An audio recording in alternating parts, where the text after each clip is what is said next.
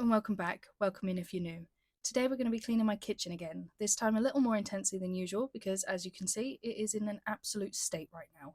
We've all been so poorly for the last month, so this video was filmed in a few different chunks, and I've fallen so far behind on everything, so I wanted to try and get a few things done this time that won't be able to be undone within a few hours. I started off a load of laundry in the washing machine and then changed out the bin. The cats had pulled the corn cobs from the day before's dinner out of the top of the bin and made a big mess on the floor. I don't know if anybody else's cats are the same way, but two of ours are absolute fiends for corn cobs. No other vegetable entices them the same way, and even if we haven't had any butter on them, they still tear the bin apart to get to the cobs. They aren't even that persistent with meat in the bin. I don't know what it is about corn that drives them crazy, but nothing to be done about it except maybe change the bins right after dinner when we have it. I've wiped down the bin as usual, just popping in a new bag and tucking it away, and then we'll get started on this filthy sink. I honestly have no idea what on earth this brown stuff is. My best guess would be burnt egg, maybe? We had scrambled eggs and bacon for lunch that my husband cooked, but he could have maybe burnt some, and then this is what came off the pan after soaking. But really, that's just a guess. It could be dead leaves from a plant for all I know. Once the sink and washing up bowl are fully scrubbed out, I'll crack on with the dishes.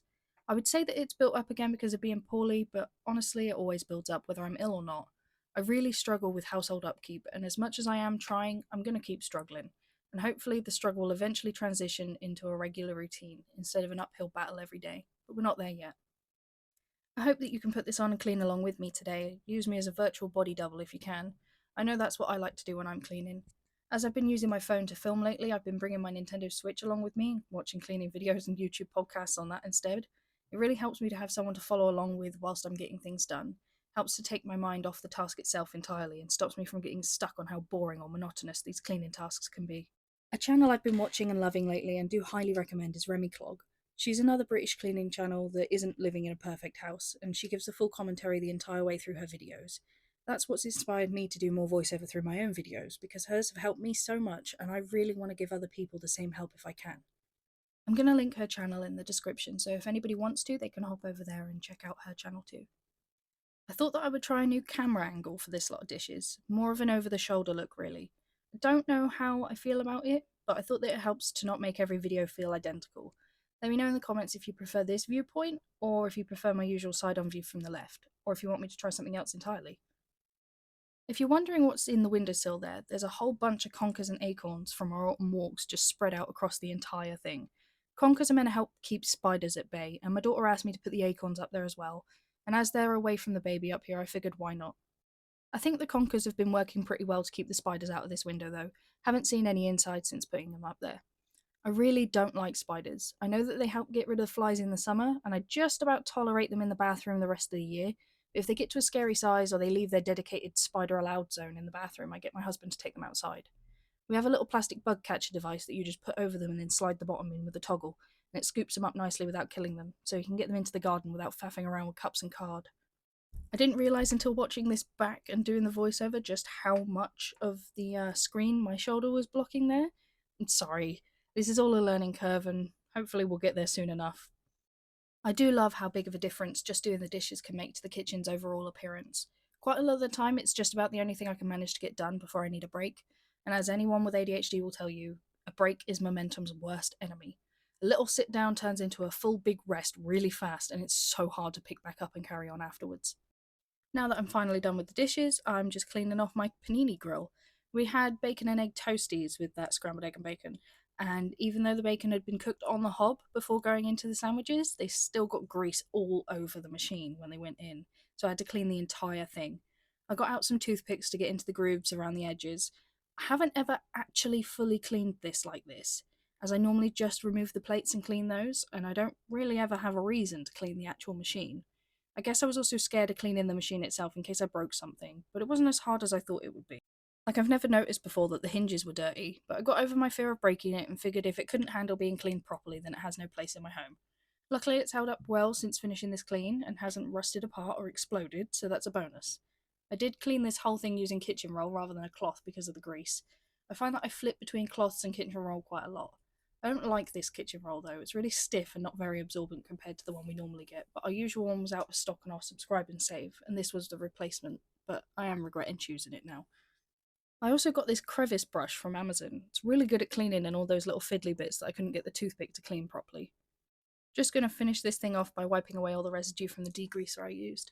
I did try and get that stained bit clean as well, but once the stain is burnt on like that, I don't think there's much you can do. The inside of our slow cooker looks the same as well, so if you have any tips to get rid of those brown burnt on marks, let me know. Next, I'll be cleaning the hob. I used kitchen roll again to start off with because of that bacon grease getting everywhere, and I now only have one good glass cleaning cloth because I got super glue on my other one, so now I'm not using it on glass just in case it scratches it. I noticed some bits that needed scraping again this time, so after wiping it down, I went and grabbed the scraper and gave the whole top a good once over with it. I know I say it every time, but this scraping is my favourite cleaning task. Just so satisfying, especially when there's big spills. What was on here this time was only little bits, but it's still satisfying scraping them all off. I have previously been a little bit heavy handed with it and scratched the glass when I've done it dry, but I now always spray down before I scrape it, just to avoid causing any further damage to the top. Now we're doing the slate tabletop centerpiece. This thing is raw slate that's been engraved, and then I put paint in the engraving because it was too shallow to see, and I forgot to seal it. So it's a bit of a nightmare to clean. It's a little bit fiddly. As you can see, I'm doing it with cotton pads and cotton buds instead of a proper cloth, because every time I do it with a cloth, it wipes paint everywhere. Moving on to the table itself now, just going to drop down the sides as this one is actually a drop leaf table. Not that you would know, because we never drop the sides down unless it's to clean it. I know it saves space having the sides drop down, but we eat at the table every single day, so there's not a lot of point in trying to save space with this. Because I never fold it down, the hinges end up absolutely disgusting. The kids get things in there, we spill drinks, spill sauces, all kinds of things. It is just awful. For a really long time, we were just keeping a tablecloth over it, but that got absolutely ruined. We used a Halloween tablecloth year round for nearly 2 years because it was cheap. But it ended up being much easier to just wipe the table itself than it was to keep on wiping and readjusting the tablecloth. Because I don't know if anybody else has tried having a tablecloth with two small children at the table, but the tablecloth does not stay where it is supposed to be at all, ever. It ends up sliding off down the side or being kicked under, or in our case, getting kicked so much that it develops a tear where it's getting kicked. But for now, whilst the kids are little, we've given up on cheap tablecloths. Maybe when they're bigger, we'll get a nice one, like a proper, actual stain resistant, wipe clean one for us to enjoy. But for now, there's no point. I spent all this time cleaning this table, and I made sure to drop down the sides to clean in the gaps so that when dinner time rolled around and they got the table dirty again, it was still cleaner than it was before.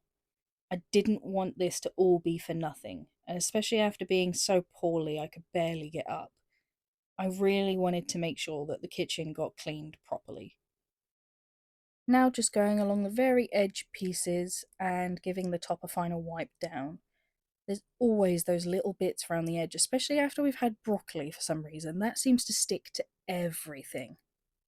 Once I'm done with the table, I'll fold down the sides and move it out of the way to give myself better access to the chair and the radiator. That chair that is absolutely filthy right there, that is the chair that the baby's high chair goes on. She has a Chico Pocket Snack booster seat instead of a proper high chair, just because we don't have the space. But her chair that's in this one, it gets so filthy. It is disgusting. So I thought this time I would get out my carpet cleaner, the spot cleaner, and give it a good once over. It did make an improvement. It does look better. The food is still being dropped on it every single day, but the seat itself does look better now, a little bit. This machine, however, was leaking the dirty water all over the kitchen, so it needs to go to the tip. I need a new one. It didn't even occur to me to show you guys the dirty water either, but it was absolutely disgusting, trust me. I very rarely get the chance to do these chairs because we sit on them every single day, so we don't have time to let them dry. I figured I might as well do my daughter's little sofa whilst I had the spot cleaner out, as I had far too much liquid in it for what I was going to be able to use for the little chair. This thing is a nightmare to clean. It doesn't fit in the washing machine. It is enormous, and it's her favorite thing to sit on. So when she has an accident, she sits down on it and then she tells us she's had an accident. So it has been awful trying to keep this thing clean, and I just hope that we get past the having accidents stage soon, because I don't know how much more of this poor Bingo and Bluey can take. I was doing this for so long, and I know it doesn't look like I'm doing much of anything. It just looks like I'm spraying water on and then sucking it up. But it was so gross. It was so gross, guys. It was disgusting. The water was gross.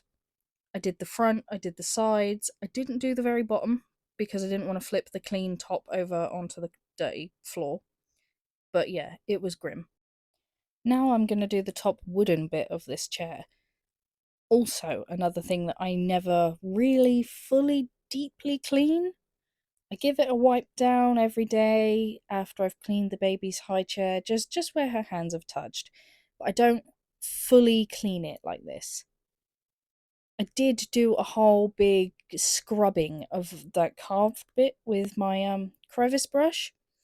I was completely out of frame though, so unfortunately you don't get to see that bit. Now the surrounding area for that chair. So this is the side of the fridge that I'm cleaning down now. This is where the back of the chair sits. So how this gets this dirty is beyond me because it's behind her. This is the radiator, which is in the worst possible place that you could put a radiator in a kitchen. It is in the only place that you could put a table in the whole kitchen. And because of the size of the room, we have no choice but to put the kids against the radiator rather than have us go against the radiator and have the kids on the outside, because there's no way that we'd be able to squeeze in. You have to put the table right up against the chairs to be able to even just fit the kids in there. I personally think this kitchen is designed extremely poorly. The only place you can put the fridge freezer is right behind the kitchen door, which means that every time you want to open the freezer, you have to close the kitchen door. Which means you can't shout to your partner in the other room and ask what they want for dinner or anything, because they can't hear you because the door's shut. I just want to apologise now for how long it's taken for me to get this video out. We were really ill in November, and then we got flu in December. It's now January. I'm only just now getting around to finishing this voiceover. So it's been nearly 2 months since I filmed this video. It has been rough. It has been really, really rough. We also tried to get the baby out of our bed and into her cot, and she had a sleep regression and 3 molars cut through instead of actually going in her cot. She got worse with her sleeping, so we've been really struggling. I'm hoping now that we're no longer in flu season, we're not going to keep getting ill, and I'll be able to be a bit more consistent with my videos. I would like to do more than one a month, but I think for now I need to just stick with doing one a month until I can work out a better routine or something to help me get the time to put together more than one a month. Anyway, back to the cleaning. I finished off the radiator, just gonna dust off these cobwebs, do the top of the serving hatch frame and this picture up here. This thing that I'm using, it's like a really, really skinny flat mop. It is specifically for cleaning underneath the fridge. Well, at least that's what I bought it for, which is what I'm now doing. I very rarely move the fridge. I don't think I have actually moved it at all since we moved in here, which was nearly 2 years ago. But, you know, that's just life, isn't it? Big, heavy appliance, it doesn't really need to get moved. I've got this thing to go under it now, so hopefully this will be enough to be clean. I might pull it out at some point and clean it all properly. Just going to grab the dustpan and scoop all of this up now. Thank you all so much for watching, and again, I apologise for this video being so incredibly late. Please like, comment, subscribe, and I hope to see you again soon. Thank you. Goodbye.